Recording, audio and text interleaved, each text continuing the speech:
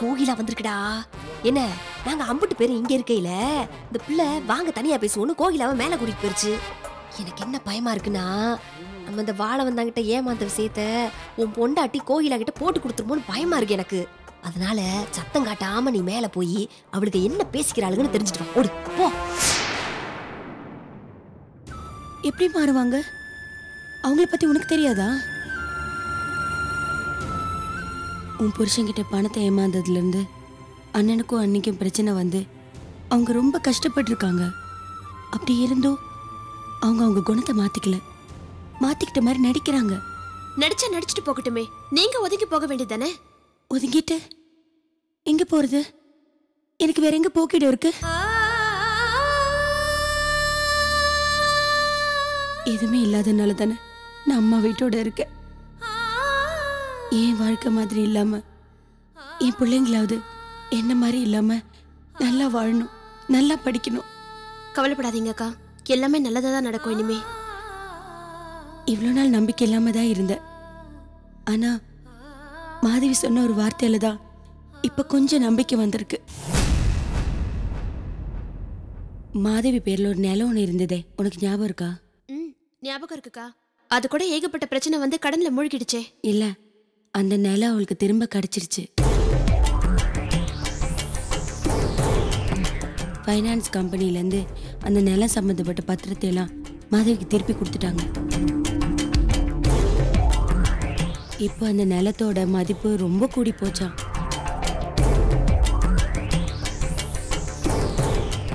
பத்திரம் கைக்கு வந்ததும் மாதவி என்ன சொன்னா தெரியுமா? என் பிள்ளைங்க படிப்புக்கும் அவங்க எதிர்காலத்துக்கும் அந்த நிலத்தை கொடுத்துட போறேன்னு சொன்னா. உன் கல்யாண சீரா வர வேண்டிய நிலம் இப்போ என் குழந்தைங்களுக்கு ஒரு நல்ல எதிர்காலத்தை கொடுக்க போகுது. உங்க குழந்தைங்களுக்கு நல்ல நேரம்க்கா. அதான் இவ்வளவு நாளா பிரச்சனையில இருந்த இடம் இப்போ கிளியர் ஆகி மாதவி அக்கா கைக்கு வந்திருக்கு. என் கல்யாண சீரா அந்த நிலத்தை கொடுத்திருந்தா கூட அது இப்ப யூஸ் ஆயிருக்காது. இப்போ அது நல்ல விஷயத்துக்கு யூஸ் ஆகுது. எனக்கு ரொம்ப ரொம்ப சந்தோஷமா இருக்குக்கா.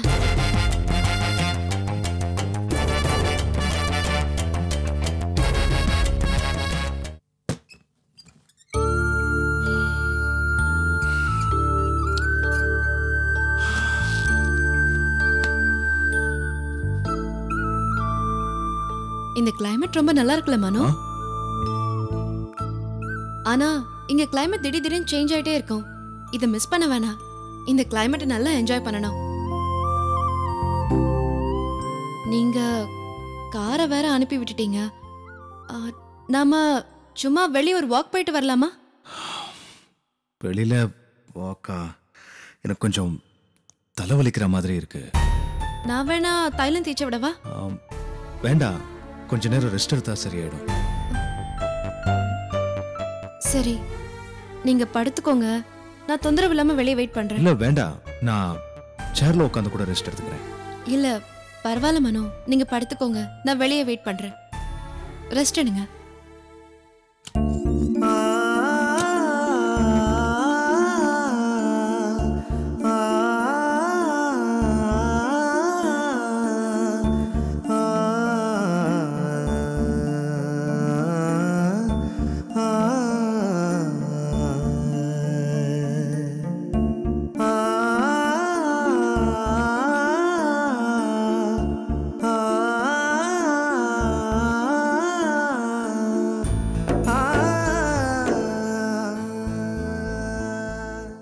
இப்ப நான் உன் கணவன். இனி உன் கூட தான் என் வாழ்க்கை. ஆனா அதுக்காக நடந்தது எல்லாத்தையும் என்னால உடனே மறந்துட முடியாது. அப்படி உடனே மறக்கக்கூடிய விஷயங்களும் அல்ல. குற்ற உணர்ச்சியில நான் தினம் தினம் செத்துக்கிட்டு இருக்கேன்.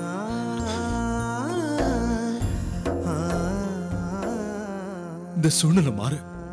கொஞ்ச நாள் ஆகும். உடனே என்னால என்ன மாத்திக்க முடியாது. என் மனசு கொஞ்சம் அமைதியாகிற வரைக்கும் நீ கொஞ்சம் பொறுத்துக்கணும்.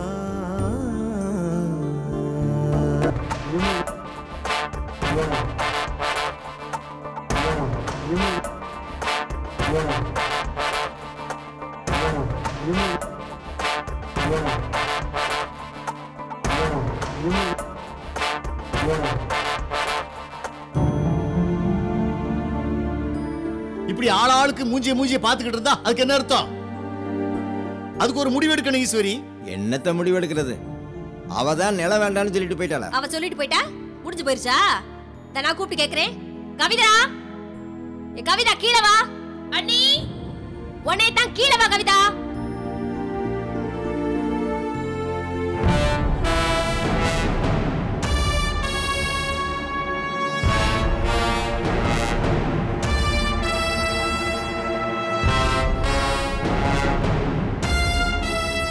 மனசுல நீ என்ன நினைச்சிட்டு இருக்க? வீட்ல பெரியவங்க நாங்கெல்லாம் இருக்கோம். அந்த மதிப்பு மரியாதை கொஞ்சமாவது உனக்கு இருக்கா? நீயா எதையாச்சும் சொல்லி விட்டுருவியா? நான் என்ன சொன்னேன்? இந்த ஒண்ணும் தெரியாத மாதிரி அப்பா இவெல்லாம் நடிக்காத சொல்லிட்டேன். ஒண்ணு தெரிஞ்சுக்க, எப்ப தாலி கட்டி இந்த வீட்டுக்குள்ள கால் எடுத்து வச்சியோ அன்னையில இருந்து எங்க குடும்பத்துக்குள்ள நீ ஒருத்தி ஆயிட்ட. எங்களுக்கு ஒரு லாபம்னா அது உனக்கு லாபம், எங்களுக்கு நஷ்டம்னா அது உனக்கு நஷ்டம் தான். அத மனசுல வச்சுக்கிறாம நீ பாட்டுக்கு எதையாவது சொல்லி வேண்டாம்னு சொல்லி விட்டேன்னா என்ன அர்த்தம்? நீங்க என்ன சொல்றீங்கன்னு எனக்கு புரியல. ஏமா இதெல்லாம் உனக்கு என்ன புளி போட்டா விளக்க முடியும்? ஏதோ சாடமாடே போக்கா சொன்னா புரிஞ்சுக்கணும். புரியாமையா? புரியாத மாதிரி நடிக்கிறாங்க, வேற ஒண்ணும் இல்ல.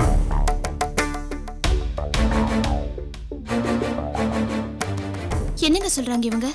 இவங்க சொல்றது எதுவுமே எனக்கு புரியல. உங்க அக்கா கிட்ட நீ ரூம்ல பேசிட்டு இருந்தல, அத பத்தி தான் அக்கா கேக்குறாங்க. மாதுவோட நாள் திரும்பி வந்துருச்சுல்ல, அதை கேட்டு வாங்காம ஏன் வேண்டான்னு சொன்ன?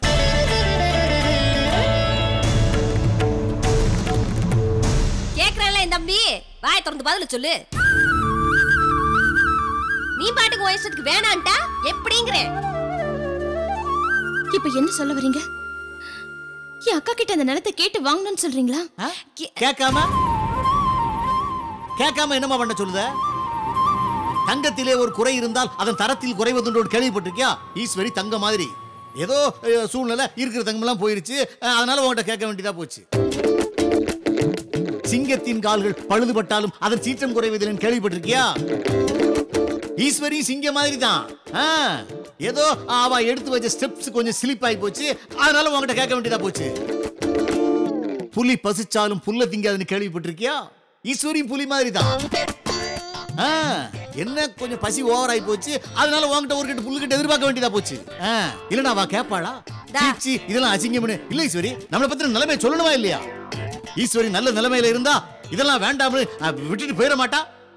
நீ பாட்டுக்கு நிலை வேண்டாம்னு சொல்லிட்டு போயிட்டா என்னம்மா அர்த்தம்?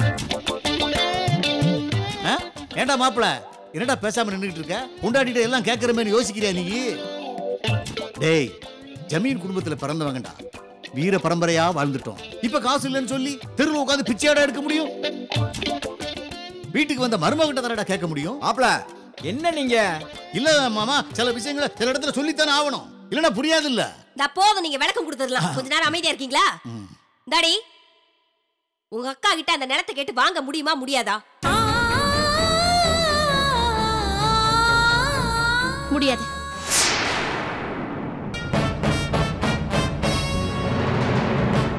நான் ஏன் கேட்கணும்? அதுக்கு அவசியமோ இல்ல, அதுல எனக்கு உரிமையும் இல்ல. ஆத்தாடி ஆத்தா, பேச்ச பாத்தீங்களா? வாடியம்மா என்ன பழசல மறந்துருச்சாக்கு? ஏண்டி உன்னைய கட்டி கொடுக்கையில உங்க அக்கா என்னடி வாக்குறுதி கொடுத்தா? அந்த நிலத்தை வச்சு தானே உனக்கு சீர் சிரத்தி செய்யறேன்னு சொன்னா. அதான் வேண்டாம்னு சொல்லியாச்சு, ஏன் மறுபடியும் எடுக்கிறீங்க? வேற என்ன பண்றது கவிதா? முன்ன மாதிரி அப்ப இருக்கோம், எல்லாத்தையும் எழுந்துட்டு நிக்கிறோம். அதுக்கு எங்க அக்கா நிலம் தான் கிடைச்சதா? நீங்க ஏமாந்தது யார்கிட்டயோ அவங்க கிட்ட போய் கேளுங்க. அதை விட்டுட்டு என் அக்காவோட நிலத்தை கேட்டா என்ன அர்த்தம்? இப்போ எங்களுக்கு அந்த நிலம் வேணும்னு அர்த்தம்.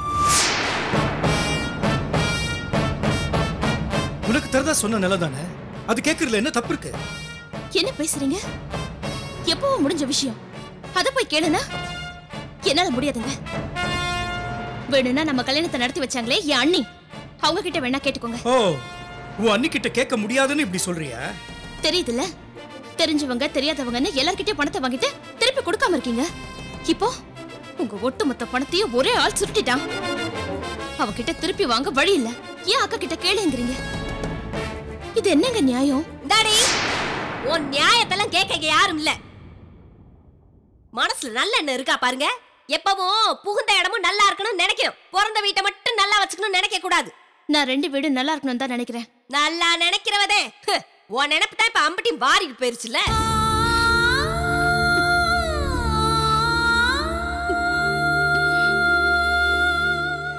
ஒரு வீட்ல மருமக காலடி எடுத்து வச்ச நேரம் அந்த குடும்பமே விருத்தி அடைஞ்சு ஆஹா ஓஹோன்னு இருப்பாங்க. நீயே என்ன நினைப்புல காலடி எடுத்து வச்சிய? உள்ளதும் போச்சுறான் நொல்ல கண்ணாங்கிற கதையா வெள்ளை பெருக்கா ஒரே நிமிஷத்துல அம்பட்டி வலிச்சுக்கிட்டுல ஓடிடுச்சு. இது பாருங்க, நீங்க பண்ண தப்புக்கு என்ன குறை சொல்லாதீங்க. இப்படி எல்லாம் சொன்னாலாவது நான் கோவப்பட்டு என் அக்கா கிட்ட இருந்து நிலத்தை கேட்டு வாங்கிடுவேன் நினைக்காதீங்க. எப்பவுமே கேட்க மாட்டேன்.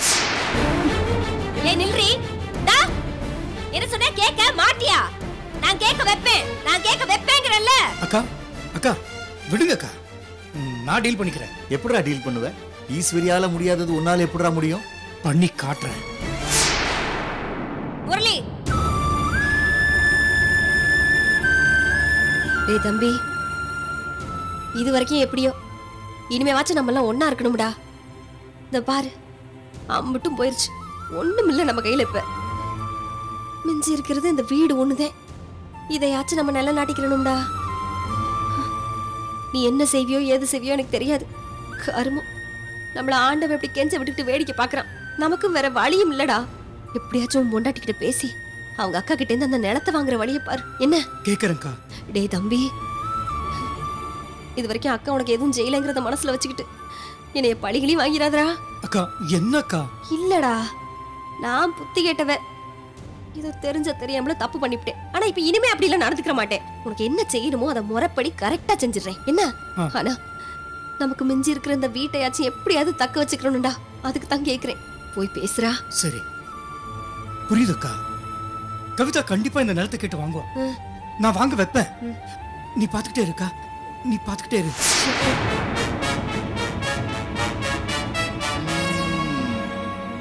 ஈஸ்வரி பெய போற போக்க பார்த்தா ஒரு திட்டத்தோட தான் போறான்.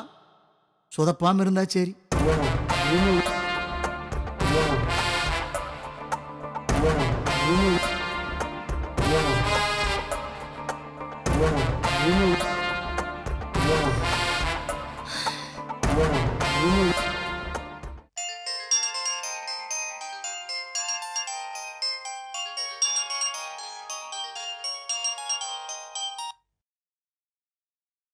ஹலோ, வணக்கம் சார். நான் சமத்துவங்கிற தொண்டு நிறுவனத்தோட செக்ரட்டரி சுந்தரம் பேசுறேன் சார். சொல்லுங்க சார், எப்படி இருக்கீங்க? நல்லா இருக்கேன் சார். என்ன விஷயம்? இப்போ எதுக்கு ஃபோன் பண்ணேன்னா, எங்க அமைப்புக்கு ஒரு லெட்டர் வந்திருக்கு. பாதிக்கப்பட்ட மக்கள்ல ஒருத்தர் எழுதியிருக்காரு. அவங்க பிரச்சனைக்கு உங்க ஹெல்ப் வேணும் சார். சாரி, நான் இப்போ வெளியூர்ல இருக்கேனே. சென்னைக்கு வரத்துக்கு ஒரு 4-5 days ஆயிடும். தெரியும் சார். நான் உங்க பிஏ கிட்ட பேசினேன். நீங்க கொடைக்கானல் போயிருக்கிறதா சொன்னாரு. நான் சொல்ல வர்ற பிரச்சனையும் கொடைக்கானல் ஏரியா சம்பந்தப்பட்ட பிரச்சனை தான் சார். அதான் சார் ஃபோன் பண்ணேன். உங்களால முடிஞ்ச கைட்லைன் ஏதாவது பண்ணா கூட போதும் சார்.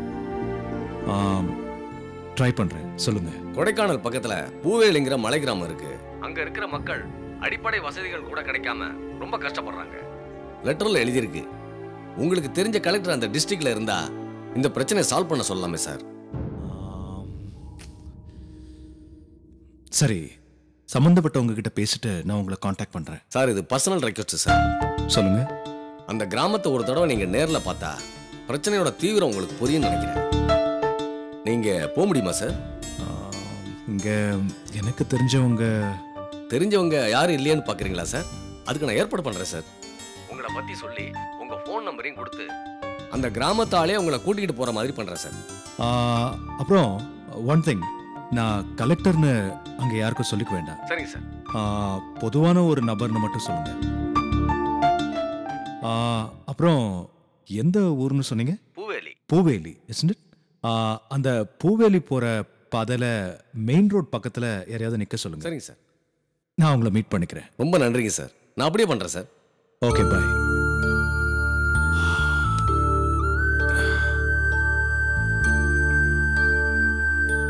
மனோ,